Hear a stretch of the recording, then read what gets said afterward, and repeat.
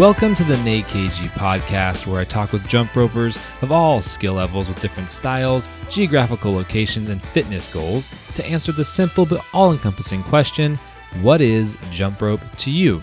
In this episode, I talk with Susahnn Valente-Olsen at The Jump Roper on Instagram. Susahnn is a multi-decade jump roper with a wide breadth of knowledge. Not only is she well-versed in the world of competitive jump rope, but she also has a master's degree in nonprofit management. She has spent quite a few years in the nonprofit world doing fundraising, administration, program development, and organizational culture. A large portion of her nonprofit work was spent with Playworks, a national nonprofit that believes in the power of play to bring out the best in every kid. Her program provided safe and healthy play to students ranging from 5 to 15 years old. So when it comes to nonprofit work and coaching, Susahnn has a lot of experience to draw from. If you're new to competitive jump rope, this episode will give you a great perspective of the sports culture through a coach's eyes. We talk about goal setting, women in the sport, increasing youth exercise through jump rope, adult jump rope learning, and a whole lot more. Susahnn brings many great coaching tips and techniques to the table, so you will be walking away with a lot of tactical information to implement with your team or yourself. And just as a heads up, all of the show notes and links can be found over at natekg.com. So with that being said, please enjoy my conversation with Susahnn Valente-Olsen. Susahnn, how's it going? Good. How are you doing? I am phenomenal and super pumped for everything we're about to talk about, because we were chatting just briefly before the call, and there was so much good stuff that we had to just hit record and get started, so we didn't miss any of it. Oh, yeah. I'm so jazzed, and I'm so grateful for all the work that you're doing to bridge the fitness world and the sport world of jump rope, and all the content you're creating is like, I've been dreaming of it my whole life. It's amazing. Thank you. I really appreciate that. That means a lot. So I think maybe to get started here, let's do a little bit of like a background bio on you and what you're working on, and I guess your jump rope journey so far.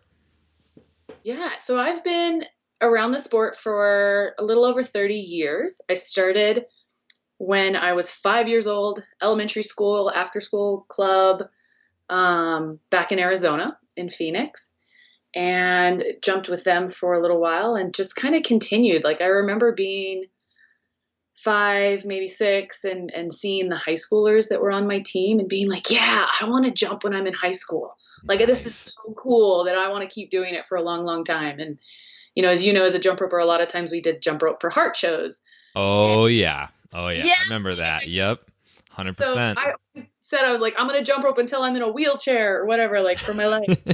Yep. I feel that. Cool. So then where are you at now with jump rope? How has that kind of evolved over the years? Yeah. So, I mean, I can kind of list the teams off in a second, but just as a general overall, I've had some ins and outs.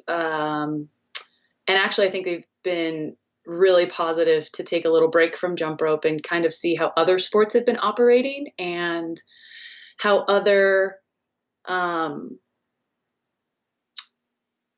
organizations really fit into how jump rope can be spread and run and grown.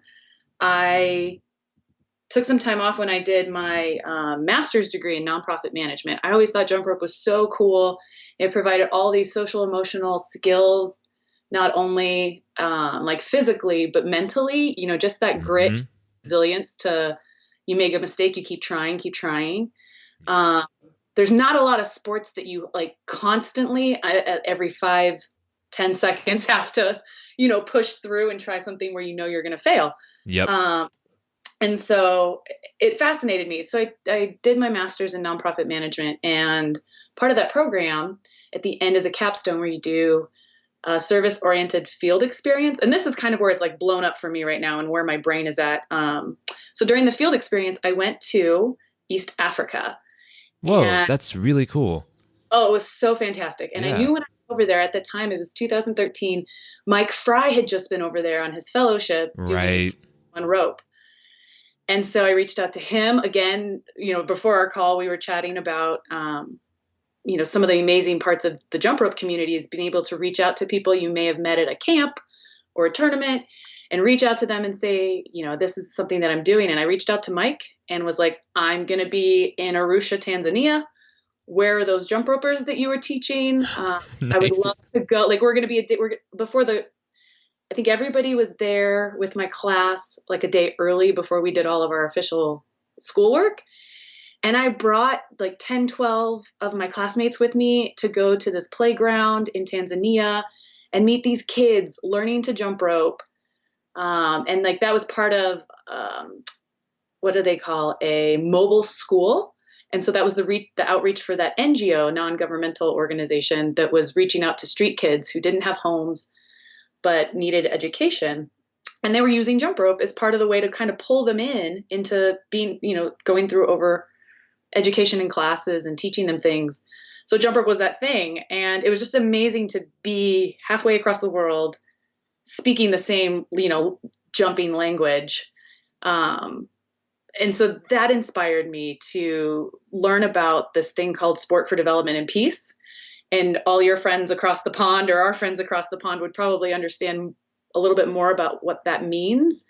In America, we don't really talk about how sport can change a community and can bring in new ideas and build bridges.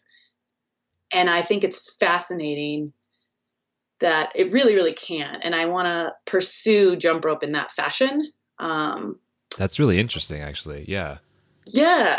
So that's kind of where I've been at, and like looking at things over the last 6, 7 years. And I just came back to jump rope when a former teammate of mine had to make a choice about her team. And so she kind of let go her team and asked me to start one. And so we are in this awesome transition period, which can be a little bit of a struggle, but Yeah. I'm excited that, when kids love it and when people love jump rope, it's hard to let it go. And so as a coach, I'm just trying to figure out what that looks like in our community and how that will transition and grow. Yeah, let's jump into coaching a little bit, because we've definitely had a lot of conversations about this when you were out in Coronado for the competition, and just all the time on DM, basically. What's like your mindset around coaching, and can you kind of give us an idea of what it's like to be coaching a jump rope team? Oh my gosh, what a ginormous question. Oh, you know it. It was supposed to be that way. Well, so what it's like coaching a jump rope team. I don't know if I can give you a succinct answer on that, because most jump rope teams are coached by PE teachers or teachers. So there are 3 to 4 different jump rope teams in Colorado, and only 2 are maybe coached by not teachers. Interesting. I had a great conversation with Rich Sindali the other day, and he's considered the godfather or grandfather of the sport. Oh yeah, 40 some years ago. Oh and yeah. He made a point. He's like, I don't know where you're going to get kids for your team. You're not at a school. Like, oh, thanks. That makes sense. Yeah. I mean, but it was a legit issue that I'm having, is where do I find these awesome jumpers? So as a coach, there are so many facets to what does a team look like? What does your practices look like? What expectations do you uphold? One of the conversations that I was having at Coronado, after being at the U.S. Olympic Training Center down in Colorado Springs, I went for a summit on youth sports, and we were discussing this American development model. So in Canada, they're really, really awesome at thinking about how the progression of a child through sports, and how that it turns into a lifelong love of fitness. Interesting. Okay. And is that like both the physical and the mental development and like perception of fitness? Yes. So Okay. what does a 9-year-old need? Does a 9-year-old need to practice? Soccer is my other sport. Do they need to drill the inside foot pass for 30 minutes, or do they just need to play? You need to teach them those things, but what does a 9-year-old need? They need to move. They need to learn how to communicate with other kids. They need to learn those socialization skills. So sort of paring down what we've done in the past with this, what they call pay to play model, which is also something I think about as a sport. And, I was fortunate enough to grow up when it was an after school program. It was virtually free to be on a jump rope team. Yeah. And what does that look like today? Today, that looks like I've got to pay, $40, $50, $60 to get a gym rental. When we were in Coronado, I was amazed that the speed spinners practiced outside for an hour because it was so difficult to find gym space for a team.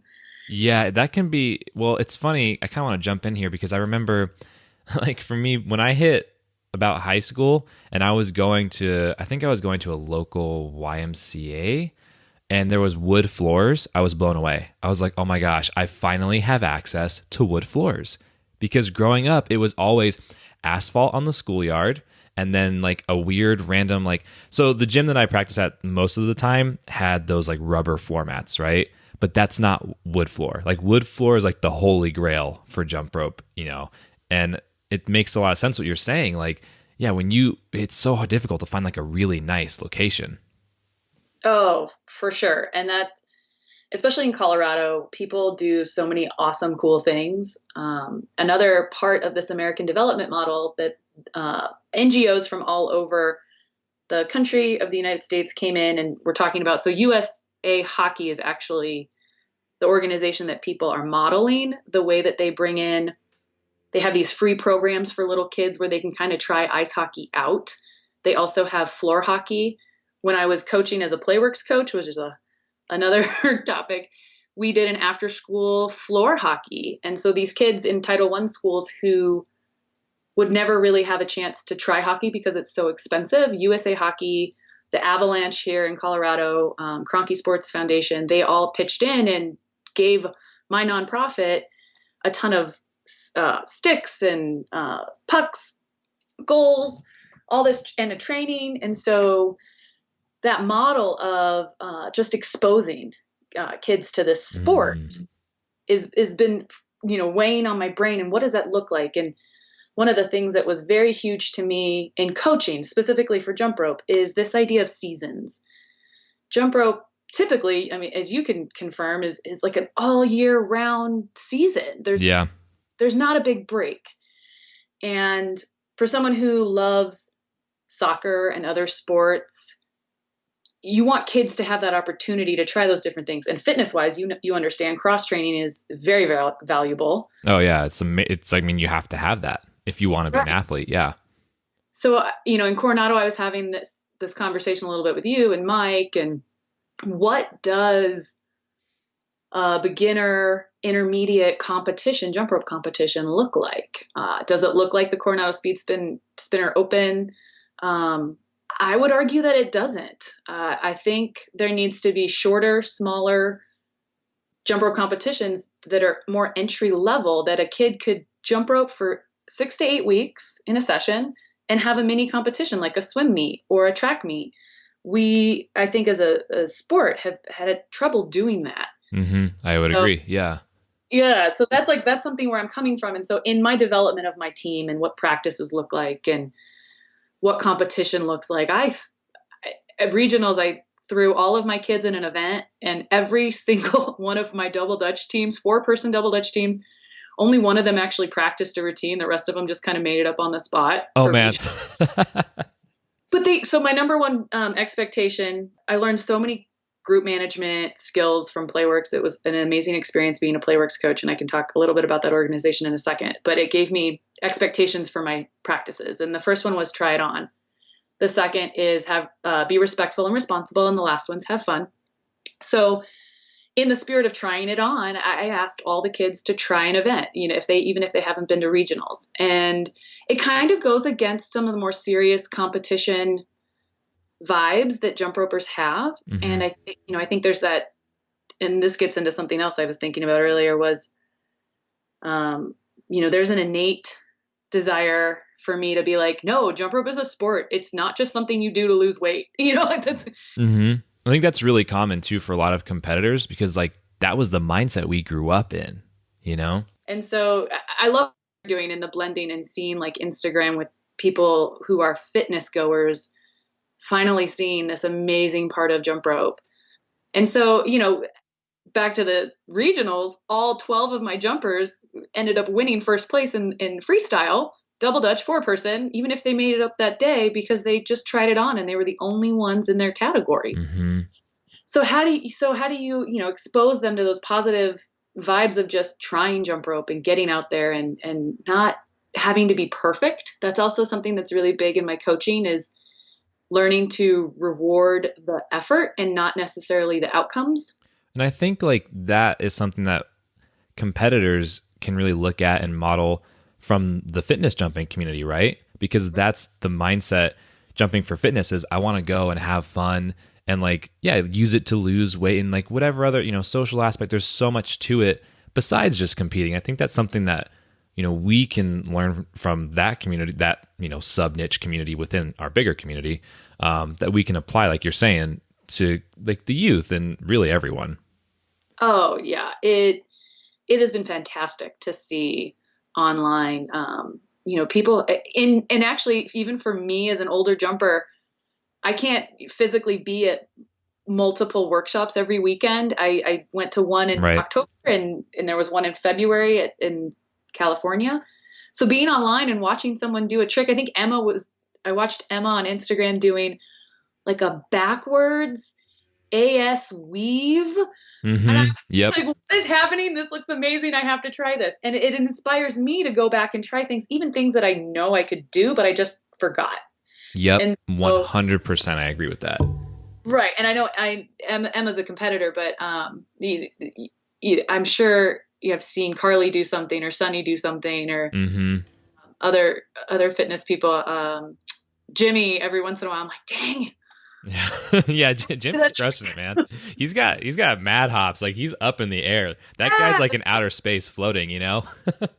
Yes, no, I'm definitely watching more Instagram going, okay, what should my cross training be? Because I want to jump higher again. Yeah, right. Who you mentioned a couple of names here, but so who all are you watching on Instagram and like who are you paying attention to?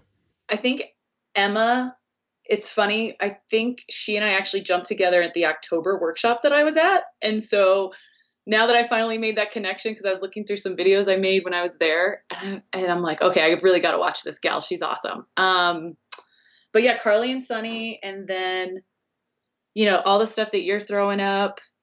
It's hard though. I will admit my vulnerability of being comparative. Like I have Mm-hmm. to pause sometimes on the social media and step back because I will, as a competitor, where you were, what you have done. And I was in my best shape 10 years ago. So to look at some of these things and realize, okay, I'm not going to be able to do that today at the gym. I have to pull back sometimes. So, That I want to stay here for a second because this is really huge. I think really for every jump roper, but especially for competitors like you're saying who have competed. And I felt this myself so many times where I'll go to the gym and I'll think of like for me, my benchmark is like, like a Sunny D or like a double frog or like whatever, some quads. And when I can't do those flawlessly, it's amazing how you forget all the work you put into those skills before you got them and how much work you haven't been doing over the years to keep them up. So for me, the first couple years of college, I think I competed my first year of college and then I didn't compete.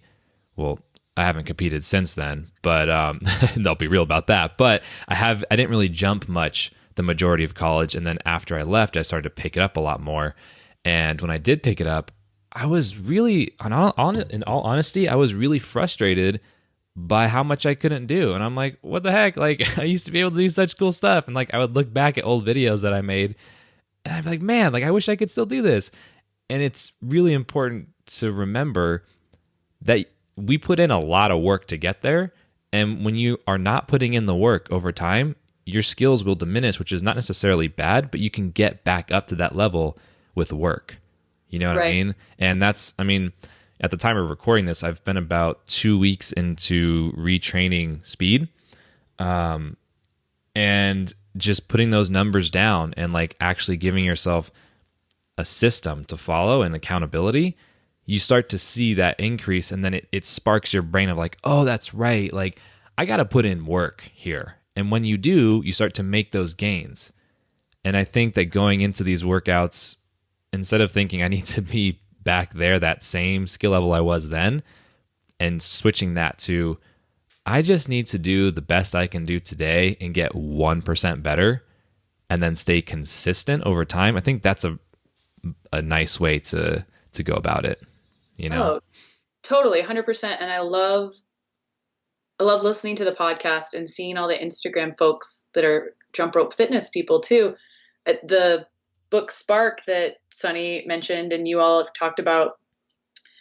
I love that book. Oh my gosh, it's fascinating to me. And I think in the interview with her, you all were talking about that, like incremental, just 1% better. And what does that look like? And how do you translate that as a coach? How do you translate that to kids who are so used to being rewarded for their grades or rewarded for being quote unquote busy, where jump rope, one of the things that I've kind of come in to do that is a little bit different than my former teammate was, I'm not huge into fitness of jump rope. Like I absolutely love speed. I love double dutch speed. That's my favorite event. But I love the creative piece and that just playing around and learning something new. And I wanted to pull that out of the kids of like, here's your rope, spend 30 minutes in quote unquote free play. Like be internally motivated to try a trick that you've never done before, or try and figure out how to get this trick and this trick to cooperate and fold in together. And how do you teach that? Like that has been something that's been racking my brain for the last year or so. It's like, how do you encourage? That's really interesting. And so sometimes I think about like, this is like weird, but sometimes I think, what if I like was coaching a team? What would I be like, you know? And that's weird. That's awesome. Well, it's just funny because I'll go off on like a tangent, you know, like that happens a lot. Anyway, so my like mindset actually is a little bit opposite of yours. Like I think that creativity is 100%, like you need that. But also my just disposition in terms of sport and athleticism is like, I want to train someone to be the absolute best they can be. Like that's kind of my mindset. So for that reason, I don't usually coach kids as much because that's just, a kid needs to play like you're talking about. Like that's what they need. But in terms of motivating them, like you're talking about, I think about if I was to coach a team and have them do like speed runs and freestyle and all this, I would always want them tracking their numbers. And even if they're not performing at their highest level, just reframing the exercise. Or even, I guess you could even do this with freestyle, right? Like you don't have to hit your routine complete and clean today, but if you can get a couple of parts of it cleaner than you did yesterday, you know, or if you can get your speed scores up by 1 or 2 today, even just on one run, that's a success. And then I feel like building it up that way where the person is beating themselves by small pieces. Like I feel this, you know, like when I'm doing my speed runs, I'm looking at my numbers from last week and I'm like, all right, well, I still didn't, you know, I still got some low scores for me, but compared to last week, a couple runs were a little bit higher than they were. And then I leave thinking, cool, like I did a good job, you know? No, and I 100% agree. I did develop a goal sheet back in February for all my jumpers before regionals came around. And we did totally establish that. And every month we went through and said, okay, what are our numbers? Are we increasing? Are you hitting the goal that you want to hit for regionals? And yes, definitely bringing it back to the work and the effort that the athlete put in, not in compared to everybody else, but in compared to themselves. Are they putting the effort in and creating that internal motivation for them? And I think that's tricky as a coach. How do you, you know, because some kids need that external motivation. I have some jumpers, if I, you know, cheer them on, they get super nervous. And then I have other jumpers where if I cheer even louder, it makes them go faster. Mm-hmm. So as a coach, you're constantly weighing this.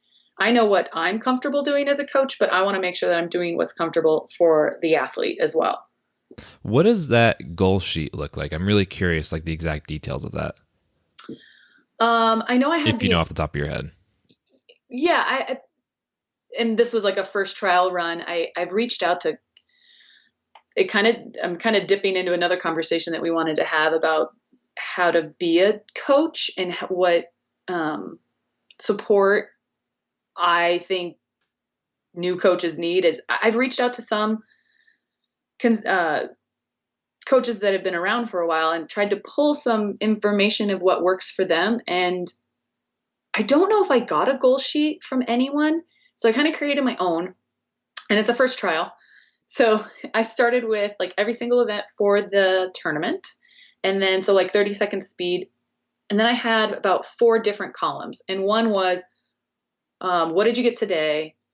And the other was, what do you want to accomplish at regionals? And then I had the kiddos break down their numbers. So if they wanted to hit 150, well, I guess we were talking 30-second speed. Yeah, I was going to say 150 and 30 there. That's a world champion right there. Yeah. So my kiddos were probably more around, 70, 80 was their highs. So if they wanted to hit 70 at regionals and today they got 56, what do they need to increase by each month? And then also on the backside, I had them write notes down. So if we did a speed test that wasn't a month down the road where the columns were, they could write down, I got this on this day. I had practiced here. And I believe there was a section on my goal sheet that also said, how are you going to get there? So especially for my high schoolers who I want them to be responsible for their fitness as well. Are they going to go to their track workout, gym workout at school after school? They're going to go to the weight room. That's going to be part of their fitness to getting stronger and faster. They're going to be responsible for that extra time outside the jump rope gym. Mm-hmm. So really trying to put it back on the kiddos. And again, one of the things that I love to do, and during competition season, we didn't have a lot of time, was we sat at the end while we were stretching, because as I'm learning, recovery is very important. Oh, so yeah. Oh, yeah. And then I would go around the circle and ask the kids, what's one thing you want to grow and what's one thing you want to glow? So glow and grows. So glow was like something you were super proud of. Hey, I got my TJ today. I'm super proud of that at practice. And then something I want to grow is I want to get a quad, whatever that looks like. And what's funny is, as human beings, we really struggle with owning our accomplishments. So the grows were super easy for the kids to spit out. But there was a lot of times where they were like, I'm not really proud of anything I did today. Oh, no. Like, wait, really? You showed up. Even if you just showed up to practice today, you should be proud that you're here. And that 100%. And so to like create that mindset every single practice has been one of my, definitely something that I'm going to continue. And I've started to bring back into some of my classes, because I think it's just so important. Even as an adult, I struggle to own my accomplishments. And I think, that, and then that's where that like 1% comes in. Like every day you did one thing that was just a little bit better. That self-compassion that, not every day is going to be 100%. Some days are going to be 70%, and showing up is half the battle. So, well, that's what I kind of want to say here is that everything that you just described in terms of, the goal sheet and that mindset, you can adapt that almost directly to any other jumper or any other person using a jump rope. That's, you're building up a habit, you're building up, progress and monitoring yourself and just building a system to have pride in what you're doing. I love that so much. I think everyone should kind of at least pull like 75% of that, because that was awesome. I really like that goal sheet. Seriously. Yeah. Well, it's funny. The gym that I've been going to, because being a competitor and being on a team, I love group fitness is kind of where I can get myself to the gym, is if I have other people doing it with me. Yeah. So my group fitness gym just implemented a little bit more. Well, we had these zones that we would work in, and they call it a sweet spot, like where I'm not going to know all the physical terminology. But is this intensity zones for working out? Yeah, intensity zones. Mm-hmm. So they would have like a sweet spot where you're most intense, and they would tell you to ride. It's cycling, part cycling. ride this. Oh, yes. Okay. This makes sense. Yeah. And so they just implemented this new technology where now I can see other people and they're like zones of intensity in some way, and then like they send an email after every single ride. And in some ways it is, I don't know if I would have survived 2 years ago when I started this program, because it really was for me like I just needed to get in a gym and I just needed to be okay that I was there and not, in that competitive mindset of and not be perfect and not be Hmm. where I was 10 years ago. 100%. And so, but like this new technology, I'm loving it now. Now I'm like super competitive with it. Like every day I'm getting a new notification that this is what I did, having a heart rate watch and being able to see like, oh, today I was in these zones on my heart rate monitor watch. And that instant feedback has also been helpful to me. So I see, in the book Spark, when they talk about fitness and how, some kiddos you could see running and you think they're not trying at all, and their heart rate monitor shows up and you're like, holy moly, they've been doing the best work. Um, you know, Yeah. That's so true. Yeah. it's just so internal, and just to, um, part of inclusivity. It's a big value that I have, that I was able to also learn more about when I was a Playworks coach. Part of that inclusivity is really being able to look at individuals and accept them and give leeway to their differences. And I think in fitness, it's huge because you get those, this is what a fitness person looks like. This is what, even in jump rope, I think there was a style definitely when I was growing up that there was a type of jump roper. I moved up to Colorado, and Colorado was a speed state. And so everybody was much thinner because they were going much faster. But then, Hmm. but Hmm. then looking to Idaho and Washington, those states were heavy freestylers, and so their bodies were a little bit different and a little bit stronger. And so even just in the world of jump rope, what does a fitness body look like? And just trying to create that space, like we just were talking about, like what is individual to the jumper and what is going to make them have fun and feel accomplished. Yeah, and that is so huge because that's what it comes down to. If you feel accomplished, you'll stick around and keep jumping for forever. But if you keep, whipping yourself real hard and you can't make gains, or you feel like you're not making any gains, then you're just kind of over it, And Right. yeah, and that's kind of, yeah, as a coach, that's our job to put those systems in place, like like you're saying. That's really interesting. I kind of want to do a little bit of a hard left here. Who's influenced you in jump rope? Oh, wow. And who's influenced, just the sport of jump rope in general? Yeah. So we were chatting over DM when your podcast with Chris came out. And I, again, love that he has just, kept up with the content for jump rope and sport. But this sort of reality hit me that, the sport of jump rope has been mainly female. And when we think about all the cool stuff that the sport of jump rope has given us, we usually throw out male names. And you know what? I absolutely love all you guys. It's for whatever reason, I'm able to approach you all a little bit easier. So like Mike and my friend Seth from Tucson and you, and I'm sure I met Chris at some point like, along our jump rope journey. Yeah. Nick is amazing. Like I've chatted with him, and Chris Brown, like all these gentlemen, they're also easier to remember their names because at the time there weren't that many. LJ. Yeah. And so, I can name off them very easily. But there are definitely some female jumpers that I, admired just as much. Early 2000s, Carla Pitts from the Hot Dog USA I just thought was a powerhouse. And this was before backflips were really like a regular thing in the sport. And so she did frogs and handstands and like splits. And to me, that was amazing. Yeah. And Nick's wife, Kaylee. Kaylee. Yeah. Oh my gosh. She is amazing. Amazing. And so as a woman, I'm looking up to them going, okay, they are excelling. Kelsey Mo Porter, she was a powerhouse. Yes.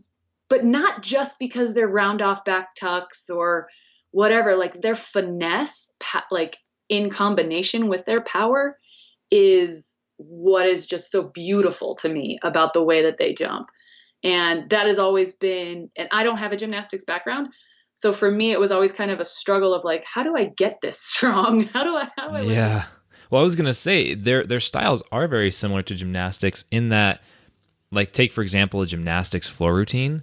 Right. The women that are doing that, like you're saying, power and grace, and these athletes that you just named are doing the exact same thing, just in jump rope. And it's wild. Like, they are so precise; their toes are pointed. You know?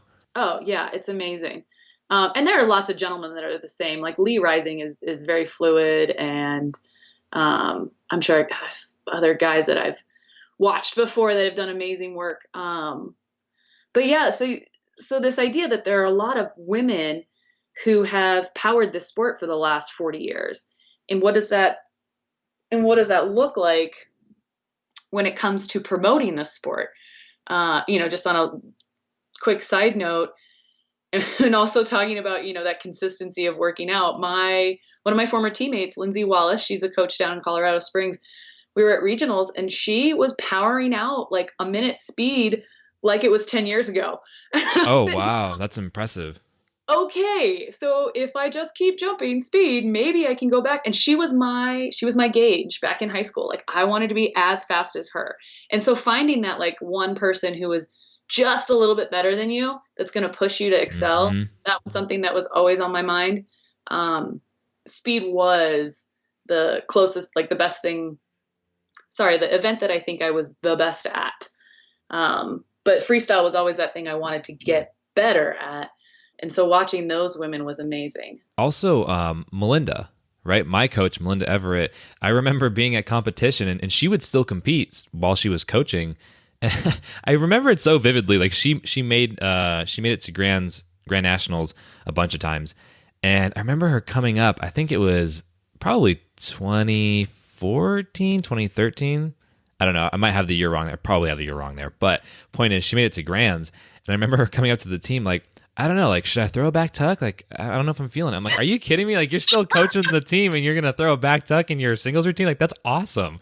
So, like, talk about, like, strong women. Like, she was crushing it. Also, she's a phenomenal coach. So, right. Yeah. Oh, I was just so amazed at all of the things I learned about her background and her story. And one of the things, this kind of goes into another topic we want to talk about, is like, what are my goals with jump rope, is pulling those stories. Because I didn't, for whatever reason, I knew the Coronado Speed Spinners. So way back in the day, we used to go to that tournament when I was a jumpet back in Phoenix.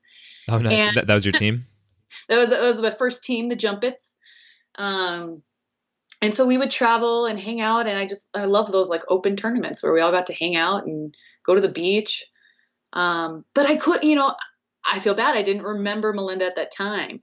And to hear about her story and how she stayed in jump rope and how she's built up all these different programs, like, for me as someone who wants to do those things, I'm just mind blown and totally in awe and very much inspired by that story. And I would love to pull those stories because she's doing something that's really difficult to keep a team, maintain a team, organize a team, plan a team. So thank you for bringing her up, because you're throwing out this idea that a lot of the coaches are female. And Mike Fry, I don't know how many coaches he's had, but I know Pam Evans was one of his coaches. Mm-hmm. Like, I know that I had an awesome mom who was my coach in high school, and we couldn't have jumped in high school if it wasn't for her. Taking time to make registration forms and get all the information from whatever organization it was at the time, and learning the rules and being a judge. Oh my gosh, all the people who have ever judged. Thank you. Thank you. Thank you. We cannot exist in any realm of a sport without all the volunteers that, give their time and their talent, and they're trying something scary too. How many parents are so scared to judge? Well, yeah, because it's really difficult too. Imagine, watching. Well, freestyle is more difficult, but even when you're doing speed, just watching all these kids come through after, a full, 4 or 5 hours at like a regional tournament, let alone a national tournament, of clicking their speed all day. Like, that is, Yeah, it's no joke, especially if you're not 100% used to jumping. If you're new to it, that like you're saying, it could be a challenge for sure. Right. Well, and see, and my secret little ploy is how do we get those fitness people to join us in those little contexts of I absolutely loved seeing Carly, Jump Rope Mom. She showed up and helped out at the speed spinner tournament. It was awesome to see her there and to see her coaching some other groups after school. And how do you do that? So my like grand scheme, what's my goal with Jump Rope is how do we create more coaches? How do we create more teams? How do we create more entry level tournaments? How do we grassroots jump rope? And instead of what I've seen over the last 30 years is all these national, international, all these big organizations. Great. Love it. You're doing the hard work. You're creating the rules. I love rules. I want to see more kids jumping. Mike Fry and I talked about that for a split second, and I need to connect with him again. Mike, we're going to connect. But this idea of like, we just want kids to try it and to experience it. And even if that's just one day at a 3-hour workshop, or if that's for their entire fitness career. And what does that look like? And how do we pull these awesome older people who are learning jump rope for the first time? Oh my gosh, I had an amazing experience at the gym. I don't usually go. Sorry, another side note. No, it's all cool. Let's do it. Let's jump in. Yeah. So the gyms I go to are group fitness, and then I, teach recreation programs at a gym. So I went on a different business trip and went into this big hotel gym and was jump roping in a little stretching area because, that's all you can find. Oh, yeah. Yep. Frustrating. And then it's always weird to me how many people think it's okay to walk super close to you. Oh my gosh. Dude, yeah. Like it's so, I'm like, yeah, what do you think is going to happen if you hit this rope? Like, we're just going to be cool with it? Like, no, like you're going to like have a whip mark. Like I'm going to have a whip mark too. Like, right. And so, yeah, props to every fitness jump roper who's out there in a, box gym, finding their space and making it happen. Cause it is so frustrating as a competitive jump roper to not have my own wood floor or my own, space. So anyway, I'm at this gym and I'm just jumping away. And this older gentleman comes up to me. I mean, he had to be in his 40s and clearly in shape. Like he exercised all the time, but he was a boxer and he was like, "Oh, can I try your rope?" And he starts jumping. And Nate, I was blown away by his form. It looked like it was a boxer. So clearly he jump roped a lot. And just this idea that so many people get frightened of jump rope on so many different levels. And it's like riding a bike. You don't forget your form. You just got to learn it. Got to get over that hump. You got to learn that your rope's too long and you need to pull your elbows in. well, yeah. And it's funny that you say that because I study the every style of jump rope really, but boxing is so interesting because the whole purpose behind their form is to keep their hands up and to burn their shoulders to simulate fatigue, right? Because that's their sport. And so their form comes from, and you know this, when you're jumping, you can have your hands out wide, you can have your hands in by your pockets, and you can have your hands up. That's how you adjust the rope based on the sizing, right? Because that changes the size as you're jumping. Boxers usually use really long ropes because it's more difficult. It's a little bit more stylistic, right? Like Mayweather, but it's just functional for them because by pulling their hands up, that's the form that they need, but it's also super efficient because, well, it's the beginning of efficiency because they can then modify and they have control over where their hands are. So if they were given a shorter rope, they would be able to figure out how to bring their hands down versus like other fitness communities with their hands out really wide and they burn out their traps, far more difficult to adjust hands and bring them in or up, right? So it's interesting that you say that because, yeah, boxers do a really great job of nice and compact and tight because that's their sport. Right. Oh, no, that totally makes sense. And I love learning about that. Yeah. Cause he just grabbed my rope and made it look so easy. And I'm like, and in my mind, I'm going, see all you people that say this is hard. Yeah. It is, but it's still achievable. Yeah. And the difficulty I think comes from not understanding that you have control. Like competitors, like our world, a single under, because we were taught when we were kids, is very easy to pick up because kids don't have muscle mass. They don't have they have some muscle. Like some of them are really strong, but they're not tensed out like adults. And I've seen over the years, adults have such a hard time picking it up because they're so used to, at least in the communities that I've worked with the most, like CrossFit, they're so used to working with weights, barbells, all this stuff. Their mindset is muscle through it because Right. that's how it works with weights. Oh, that totally makes sense. But with jump rope, it's all about giving the least amount of effort that will get that rope to turn around and being highly efficient. If that's your goal. Like some people, they don't care. Like I've met a lot of folks that I'll try to teach them, at like the CrossFit Games or regionals or whatever, back when they still had regionals. And so I would have them come up to the booth and I would say, hey, like, let me size you up for a rope. And I would try to give them knowledge, but some people are just like, no, I'm good. Like I want an extremely long rope. I want my hands out really wide, and that's how I do it.